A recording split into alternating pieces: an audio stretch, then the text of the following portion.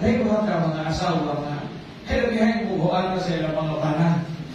Hindi ko kung gagawin nila mga bana, pero ka bubuan na doon sila kaso.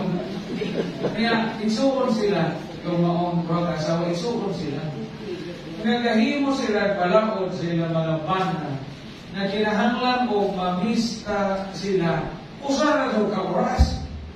Usara doon ka oras o mamista sila sa ilang mga suking ka mamistahan. Nagisumal mo na mo sa oras, lista ba siya? Kung inom, pagka mukaon, pagka magwad, pagka ano sa kaposting, greenhouse.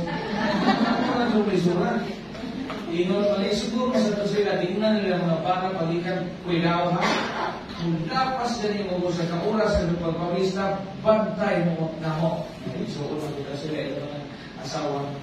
Lista sila. So, sinalingaw man sila kagay-tagay.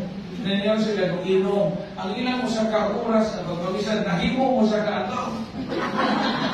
Paghapon na, nag-uubog na doon ka pa rin. Kaya mo sako naman ito. Ang ako mga tigre ng mga asawa patay doon na ini. Kaya mo sa kauras silang talapon na ito. Nahimo man ito mo sa kaataw. Ang hatang sila di pasayaruan na si Japon mo po si nalabay kay Pista po. Unay mo miliwangin puno. Igapagdas na sila, nagkana sila na mabukukan sa tayo kaya nakasupan ka sa panaot. So, ito na, sige silang paska sa puno, mag-aalo nilang isa, kalibangon, masilang buha. Sa mo mailain ka kalibangan, minterior ito. Minterior ito, parang hilit-hilit na lapit, itong surat. Di, kalibangon naman sila kaalo, dito sila sa partiyo, hilit na nalibang. Ako sa kapan na, kamu masih sa ilo, kung man sa kalibang, hindi siya brave mo, hindi siya ilo. Kung mag-ilo, palibang ang brave.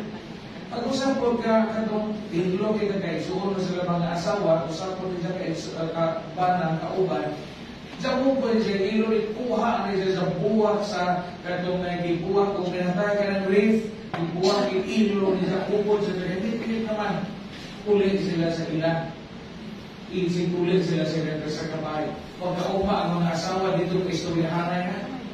Hindi ko na sa kasawa kung ipokbok ang imong manong. Pukuan ko sila doon. Tingnan ko gabi ulit. Diyan mo na may break. Kaya ino ko dyan ko bitaw. Ipokbok ko na ang simpuyan ng ano. Pagtanaw na ko sa ilang lubot. Diha may marka na forever in my heart. Buwan na ito, kanumuha sa dinasal, forever in my heart.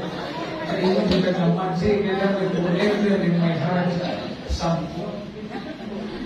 Usahay, atong mga balakon, di na makatapan, aron, maka-improve sa kinabuhi sa tao.